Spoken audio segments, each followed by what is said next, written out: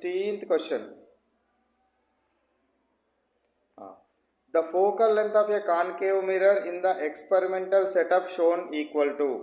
So ఇక్కడ ఒక experimental setup ఇచ్చినాడు. ఈ ఎక్స్పెరిమెంటల్ సెటప్ లోపల మనకు ఏమడుగుతున్నాడు, ఏమడిగినాడు రా, focal length F is equal to ఎంత అని అడిగినాడు. ఎఫ్ ఈజ్ ఈక్వల్ టు ఎంత అని అడిగినాడు. చూడండి, ఇవి రెండు రేస్ ఏంటివిరా, ప్యారలల్ రేస్. ప్యారలల్ రేస్ కనుక కాన్కేవ్ మిర్రర్ కనుక పడితే అవేమవుతుంది, reflected ray must be goes through the focus. Reflected ray, ఇది reflected ray must be goes through the focus. Reflected ray must be goes through the focus. అంటే ఈ point ఏంటి, F. ఓకేనా, F అంటే ఈ మిర్రర్కి దీనికి మధ్యలో ఉన్న డిస్టెన్స్ ఫోకల్ లెంత్. ఇప్పుడు ఈ పాయింట్ అంటే ఇదిగో ఇది, ఈ పాయింట్ అంటే ఇది. అంటే 4కి 5కి మధ్యలో, 4కి మరియు 5కి మధ్యలో, 4కి మరియు 5కి మధ్యలో ఉన్నది. కాబట్టి మన ఆన్సర్ ఎంత తీసుకుందామో చెప్పండి. 16th question. Focal length of a concave mirror. Focal length of a concave mirror. 16th question. Focal length of a concave mirror. ఇది 4కి 5కి మధ్యలో ఉంది అని అంటే మనం ఇక్కడికి వెళ్ళి స్కేల్ పెట్టినాం కదరా. కానీ మనకి ఎక్కడికి వెళ్ళి పెట్టాలి స్కేల్, ఈ మిర్రర్ నుంచి తీసుకోవాలి. మిర్రర్ ఎక్కడ ఉంది, ఇక్కడ ఉంది. ఇక్కడ నుంచి ఇక్కడికి ఎంత ఉంది, సుమారుగా 1. ఇక్కడ నుంచి ఇక్కడికి 1 కదా. సో 1 లేదా 1 కంటే కొంచెం ఎక్కువ. కాబట్టి ఆన్సర్ ఏది తీసుకోవాలి, 1.2 తీసుకోవాలి. ఆన్సర్ ఏది తీసుకోవాలి, 1.2 తీసుకోవాలి. మనం ఇక్కడ నుంచి అనుకున్న మొదలు కాదు, ఇక్కడ నుంచి కాదు కొలవాల్సినవి. ఎప్పుడు కూడా కొలతలు ఎక్కడి నుంచి కొలవాలి, మధ్యలో ఉన్న పోల్ నుంచి కొలవాలి. కాబట్టి ఇక్కడ నుంచి ఇక్కడ కనుక కొలిసినట్టయితే ఎంత డిస్టెన్స్ వస్తుంది, ఇంత డిస్టెన్స్ వస్తుంది. ఇంత డిస్టెన్స్ అంటే అప్రాక్సిమేట్గా ఎంత ఉంది, 1 లేదా 1 కంటే కొంచెం ఎక్కువగా ఉంది. కాబట్టి 1.2 ఎంత తీసుకోవాలి, 1.2గా మనము తీసుకోవాలి. ఓకేనా. Next question, 17th question.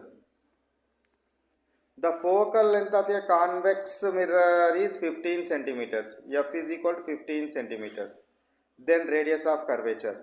అది కాన్వెక్స్ మిర్రర్ అయినా, కాన్కేవ్ మిర్రర్ అయినా, కాన్వెక్స్ మిర్రర్ అయినా, కాన్కేవ్ మిర్రర్ అయినా, రిలేషన్ ఏంటిది, ఆర్కి ఎఫ్కి మధ్య relation R is equal to 2F. R is equal to 2F. So దేనికైనా ఆర్కి ఎఫ్కి మధ్యలో రిలేషన్ ఏంటి, R is equal to 2F. R is equal to 2F. R is equal to 2F. కాబట్టి నీకు అడిగింది ఏమడిగినాడు, radius of curvature R అడిగినాడు. So 2 into F ఎంత ఇచ్చినాడు, 15 ఇచ్చినాడు. కాబట్టి ఆన్సర్ ఎంత అవుతుందిరా, 2 ఇంటూ 15 ఈజ్ ఈక్వల్ 30. ఇది సెంటీమీటర్లో ఉంది కాబట్టి centimetre, 30 centimetres. Answer is first option. ఓకేనా. Next one, 18th question. The center of the reflecting surface of a spherical mirror is called. Center of the reflecting surface. Center of the reflecting surface ని ఏమంటారు అంటున్నాడు. Centre అనగానే ఆయనతో మీరు ఏమనుకుంటారు, radius of curvature అనుకుంటారు. Reflecting surface అంటే ఏంటిదిరా, ఫర్ ఎగ్జాంపుల్ ఇది కాన్కేవ్ మిర్రర్ అనుకోండి. అవుట్ సైడ్ ఏం చేసినాను, కోటింగ్ చేసినాను. కాబట్టి ఇన్సైడ్ ఏంటిది, రిఫ్లెక్టింగ్ సర్ఫేస్. ఈ ఇన్సైడ్ ఉన్నదంతా ఏంటిది, రిఫ్లెక్టింగ్ సర్ఫేస్. ఇన్సైడ్ అంతా ఏంటిది, reflecting surface.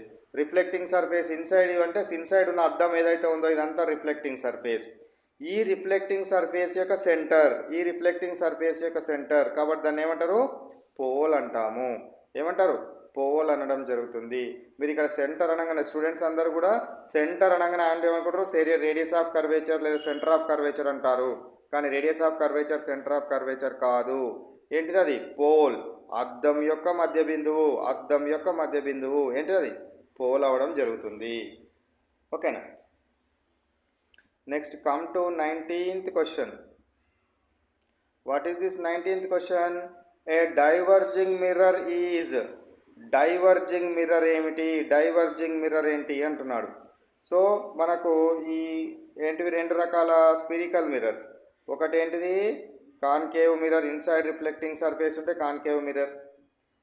Out side reflecting surface ఉంటే convex mirror. Outside reflecting surface, inside అంతా కోట్ చేసినాను. Outside reflecting surface. ఓకేనా. ఇప్పుడు మనము మిర్రర్ గీయంగానే ఏం చేయమన్నాను, మధ్యలో ఒక బిందువుని గుర్తుపట్టాలి, పోల్. సో మధ్యలో పోల్. సో దీని గుండా ఒక లైన్ గీయండి, imaginary line, principal axis. So ఇప్పుడు దీని మీద పడ్డవి.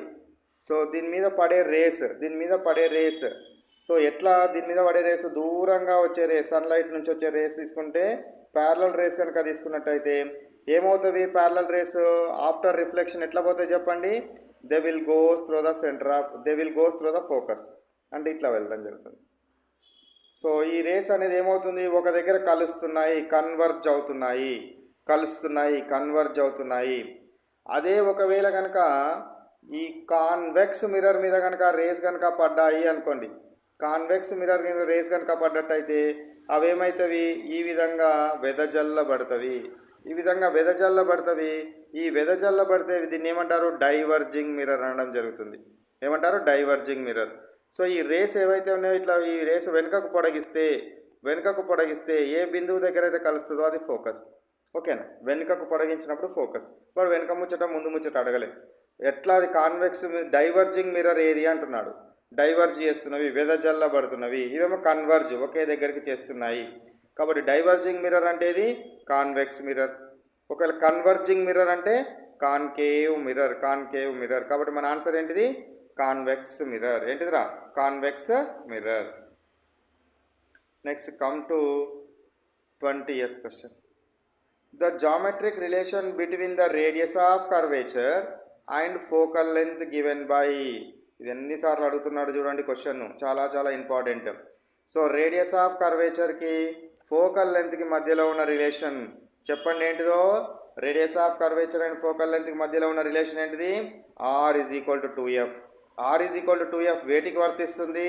అన్ని రకాల మిర్రర్స్కి, అంటే అన్ని రకాల స్పిరికల్ మిర్రర్స్. కాన్కేవ్ మిర్రర్కి వర్తిస్తుంది, కాన్వెక్స్ మిర్రర్ కూడా వర్తించడం జరుగుతుందనే విషయాన్ని మీరు గుర్తుంచుకోవాలి.